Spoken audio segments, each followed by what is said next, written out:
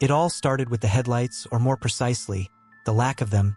You see, I lived at the end of a cul-de-sac, a quiet little dead-end street tucked away from the main thoroughfares of our town. A place where the streetlights were few and far between, creating pockets of absolute pitch-black darkness between each dim, orange halo, the kind of darkness that felt solid, a wall of nothingness you had to push through, and my house was the very last one, backed up against a thick, whispering line of pine trees, which meant my driveway was the deepest, darkest pocket of them all. A void that swallowed my car whole every night when I returned home from my late shift at the office. The ritual was always the same. I'd turn off the car, the engine ticking as it cooled, and I'd be plunged into an impenetrable blackness. My only light the weak, yellowish glow from my phone screen as I fumbled for my keys. My heart always doing a little nervous tap dance against my ribs as I made the 10-step dash to my front door, the keys jangling like alarm bells in the silent night. I never saw anything, never heard anything beyond the usual chorus of crickets and the rustle of leaves. But the feeling was always there, that primal, skin-crawling sensation of being watched from the deep shadows, a feeling I'd always dismissed as an overactive imagination fed by too many late-night horror movies. That changed on a Tuesday, a rainy, cold Tuesday in October. The kind where the rain wasn't heavy but a persistent, misty drizzle that clung to everything and made the world feel muffled and distant. I pulled into my driveway, the tires crunching on the wet gravel, and killed the engine, bracing myself for the usual sprint. But as my eyes adjusted to the gloom, I saw a shape, a tall, impossibly thin silhouette standing perfectly still at the edge of the tree line, just beyond the reach of any ambient light. A man, I thought, wearing a long, dark coat that draped down to his ankles, his features completely obscured by the darkness and the distance. My breath hitched in my throat, a cold knot tightening in my stomach, and I froze, my hand on the door handle, staring, trying to make sense of the shape, telling myself it was a trick of the light, a shadow cast by a particularly gnarled tree. But then the shape moved, not a walk, but a slow, deliberate pivot, turning its head, or what I assumed was its head, directly towards me, and I felt a jolt of pure, undiluted fear shoot through my system. I fumbled for my phone, my fingers clumsy and numb, and turned on the flashlight, swinging the beam towards the trees. But the shape was gone, vanished as if it had never been there, leaving only the swaying branches and the dripping rain. I convinced myself I was seeing things, that the stress of work and the late hour were getting to me. But the next night, he was there again, in the same spot, same rigid posture, same long coat, just standing and watching, and this time I didn't hesitate. I slammed my hand on the horn, the blaring sound shockingly loud in the quiet night, and again, when the light from my neighbor's porch flicked on and his door opened, the shape was gone. This became my new, terrifying ritual, every night for 2 weeks. The man in the long coat would be waiting, a silent sentinel in the shadows, and every night I'd honk or shout or flash my lights, and he'd disappear, never getting closer, never making a sound, just watching. The police were useless, of course. They drove by a few times, saw nothing, suggested motion sensor lights, which I installed, but they only illuminated an empty stretch of grass and trees. He was always just outside their reach, a master of the shadows. The dread became a constant companion, a cold stone in my gut. I stopped sleeping. I stopped eating. I'd just sit by the window, peering out into the darkness, waiting for him to appear. The breaking point came when I noticed the footprints, not outside, but inside my house, faint, muddy impressions on the carpet leading from the back door, which I always kept locked, to my bedroom, and there on my pillow was a single, dead pine needle placed neatly in the center, as if someone had lain down and left it there. He hadn't just been watching from outside. He had been inside, in my sanctuary, while I was gone, perhaps while I was sleeping. That was the night I decided to stop running, to stop being the prey. I bought a can of pepper spray and a heavy Maglite flashlight, and I waited in my car, engine off, lights off, pretending everything was normal, and sure enough, as the clock ticked past midnight, he emerged from the trees, not from the edge, but from deep within them, his long coat seeming to absorb the scant light, making him look like a walking slice of night itself. And this time, he started walking, not towards my car, but towards my front door, with a purpose, with a slow, steady gait that made my blood run cold. I didn't honk. I didn't scream. I just opened my car door and stepped out. The pepper spray held tight in my sweating hand, and I called out, "Hey, what do you want?" The figure stopped, his back to me, and slowly, so slowly, he began to turn. And as he turned, the motion sensor light on my neighbor's house finally caught him. Not in full, but in a sliver of light that cut across his torso. And I saw that the long coat wasn't a coat at all. It was part of him, a seamless, dark, fibrous membrane that seemed to shift and writhe like living shadow. And where his face should have been, there was only a smooth, featureless expanse, like polished obsidian, reflecting my own terrified face back at me. A small, pale oval of sheer horror. It didn't have eyes, but I felt its gaze, a palpable, ancient pressure that pushed against my mind. And then it spoke, not with a voice, but with a thought that bloomed directly inside my head. A cold, simple statement that shattered my understanding of reality. We are not watching you from the woods. We are waiting for you to come back to them. Then it turned, its form seeming to dissolve into the deeper shadows of the trees, and was gone, leaving me alone. More alone than I had ever felt in my life, because the worst part, the part that haunts me every time I look out at the dark line of pines, is the terrifying, inexplicable feeling that his words were not a threat, but a welcome, and that a part of me, a deep, hidden part one never knew existed, desperately wanted to answer the call and walk back into those waiting, whispering woods. It began with a simple, innocent mistake, a wrong number text on a lazy Sunday afternoon. The phone buzzing on my coffee table with a message that wasn't meant for me. Hey, you on your way? Don't forget the wine. I typed back a quick, polite response, sorry, wrong number, and thought nothing more of it, assuming that was the end of it, a minor digital blip in the grand scheme of things. But an hour later, another buzz. Seriously? Where are you? Everyone's waiting. I repeated my message, a little more firmly this time. You have the wrong number. Please delete this contact. The response was immediate. My bad. Sorry to bother you. I felt a small sense of victory, the minor social interaction successfully navigated, and went back to my book. The next day, however, another message arrived, this one different.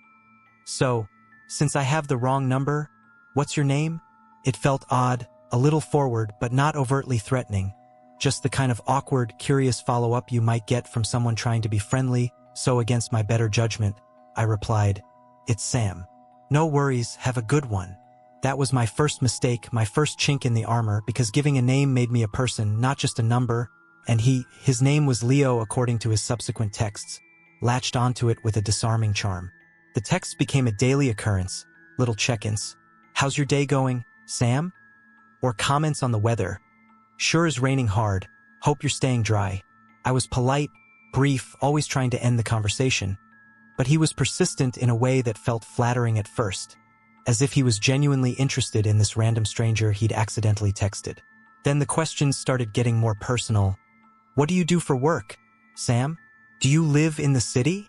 What's your favorite color? The flattery began to curdle into a low-grade anxiety, a constant, buzzing hum in the background of my life. I started leaving longer gaps between replies, my messages becoming curt, one-word answers, but he seemed oblivious to the social cues, his messages as cheerful and frequent as ever.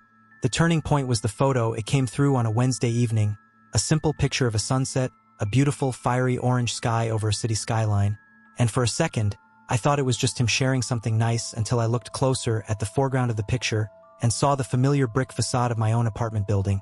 He was standing across the street, taking pictures of the sunset from a vantage point that placed my home directly in the frame. My blood ran cold, the phone feeling like a block of ice in my hand. I typed, my fingers trembling, "Why are you outside my building?" His reply was almost instantaneous. "I wanted to see where you lived. It's a nice area." Panic, pure and simple, flooded my system. I ran to the window, peering down into the street below, but I saw no one, just the normal flow of traffic and pedestrians. He was a ghost, hiding in plain sight. I blocked his number, my heart hammering against my ribs, feeling a temporary, fragile sense of relief, but it lasted less than 24 hours. The next day, a new number texted me. "Why did you block me, Sam? I thought we were friends." I blocked that one too, my hands shaking, and then another new number. "Don't be like that. I just want to talk." This cycle repeated for days, a hydra of phone numbers. Every time I blocked one, two more would appear, the messages shifting from friendly to demanding, "Answer me, Sam," to vaguely threatening, "It's not nice to ignore people. You should be more careful." I changed my number, a huge, inconvenient process, but it felt like my only escape. For 2 glorious, peaceful weeks, there was silence, no texts, no calls. I started to breathe again, to believe I had reclaimed my life. Then I came home from work to find a small, wrapped package leaning against my apartment door. No postage, no address, just my name written in neat, precise letters on the brown paper. With a sinking feeling of dread, I picked it up and took it inside, using a knife to carefully slice it open, my breath held tight in my chest. Inside, nestled in crumpled newspaper, was a small ceramic figurine of a black cat, its back arched, its emerald green glass eyes seeming to stare right through me. It was cheap, the kind of trinket you'd find at a dollar store, but its meaning was terrifyingly clear. It was identical to the figurine that sat on my own windowsill, a gift from my grandmother, something deeply personal, something he could only know about if he had been inside my home or had been watching me through my windows. For long, intimate stretches of time, there was no note, no text follow-up, just the figurine, a silent, stark declaration that changing my number meant nothing, that the walls and locks of my apartment were just an illusion, that he could get to me anytime he wanted, that my life was no longer my own. It was a shared experience, a performance for an audience of one, and the worst part, the most chilling realization that settled over me like a shroud, was that I had no idea what he looked like. He was a phantom, a digital and physical ghost who knew everything about me, while I knew nothing about him except for his name, Leo, which was probably as fake as the friendly persona he had first presented. And the silence from him now was louder and more terrifying than any text message could ever be, because it meant he was done talking, and whatever came next was going to be beyond my worst nightmares. I've always been a night owl, my most productive hours stretching from midnight until 3 or 4 in the morning, a trait that served me well in my freelance design work, allowing me to work in the profound silence of the sleeping world. My only companions the glow of my dual monitors and the soft hum of my computer. My workspace was a small nook in my second-floor apartment, a desk pushed right up against a large picture window that looked out over a quiet residential street, and, directly across from me, the identical, dark windows of the apartment building opposite, a mirror image of my own. For the first few months, it was perfect. The building across the way was mostly quiet, its residents keeping normal hours, their windows dark by 10 p.m., leaving me alone in my luminous bubble with the black, reflective canvas of the night. The first time I saw the light, I barely registered it, just a faint, shifting glow in one of the windows directly opposite mine. A third-floor apartment that had been vacant for weeks. I remember thinking, "Oh, someone new moved in," and went back to my work, the gentle ache in my back prompting me to stand and stretch, looking out across the street to see if I could catch a glimpse of my new neighbor. The glow was still there, a soft, bluish light, like that from a television screen, but as I looked, I saw a figure standing in the window, a dark silhouette backlit by that eerie blue glow, and I raised a hand in a small, friendly wave, a simple gesture of nocturnal camaraderie. The figure didn't wave back. It just stood there, perfectly still, and after a moment, feeling a little foolish, I sat back down, dismissing it as someone who was just as tired and engrossed as I was. But the next night, the figure was there again in the exact same position, and the night after that, and the night after that, always in that third-floor window, always backlit by that same unchanging bluish glow, always perfectly still. I never saw any movement in the apartment beyond that single, static figure. No lights turning on in other rooms, no signs of life, just that one, silent sentinel standing watch in the window, night after night. The friendly feeling began to curdle into a sense of unease. Why were they always there? Why never any movement? It was as if they were a mannequin, a cardboard cutout placed in the window, but the precision of its placement, directly centered in the frame and facing straight out, felt too deliberate, too intentional. I started closing my blinds, but the thought of not knowing if it was there or not was somehow worse than seeing it, so I'd always end up peeking through the slats, and it was always there, a constant, a fixed point in the nocturnal landscape of my life. I bought a pair of binoculars, a decision that felt both invasive and necessary, and one night, fueled by a caffeine-induced bravery, I trained them on the window across the street, the image swimming for a moment before snapping into sharp, terrifying focus. The figure was a man, or at least it had the shape of a man, but his features were indistinct, blurred by the distance and the backlighting, but I could see enough to tell that he was looking, not out at the street, not up at the sky, but directly down at my window, his head angled slightly downward, his gaze seemingly fixed on the very spot where I sat. A cold shiver traced its way down my spine. I dropped the binoculars, my heart thudding wildly. This wasn't a coincidence. This wasn't a quirky neighbor. This was surveillance. The fear became a living thing inside my apartment. I found myself working with the main lights off, using only my desk lamp to avoid making myself a perfect target in the lit window. I moved my desk to the other side of the room, but I couldn't resist the pull, the need to look, to confirm that he was still there, watching, and he always was. The climax came on a night of thick, soupy fog, the kind that muffled sound and blurred the edges of the world, making the streetlights into hazy, indistinct orbs. I was on a tight deadline, my nerves frayed, and I looked up, as I always did, at the window across the way.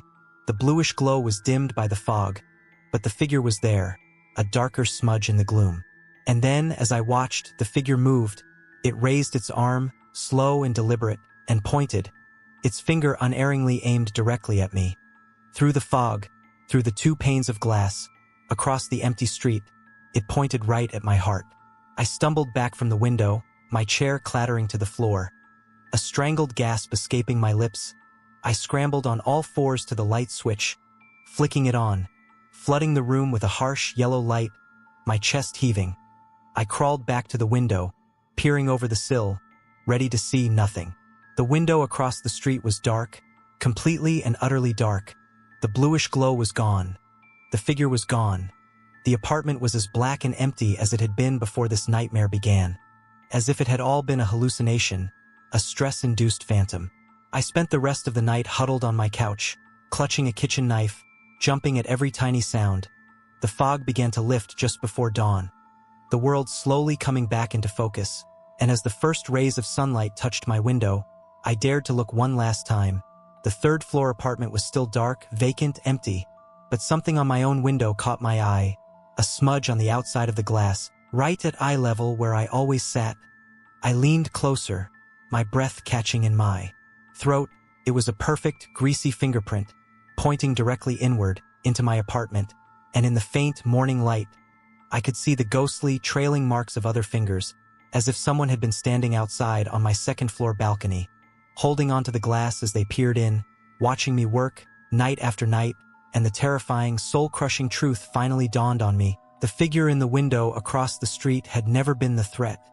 It had been a diversion, a clever, sick piece of misdirection to keep my attention focused away from my own window, away from the real danger that stood just inches away from me, in the dark on my own balcony, a presence so close I could have reached out and touched it, a presence that had now, with this single, careless fingerprint, announced that the game of watching was over and a new, more intimate phase of the nightmare was about to begin.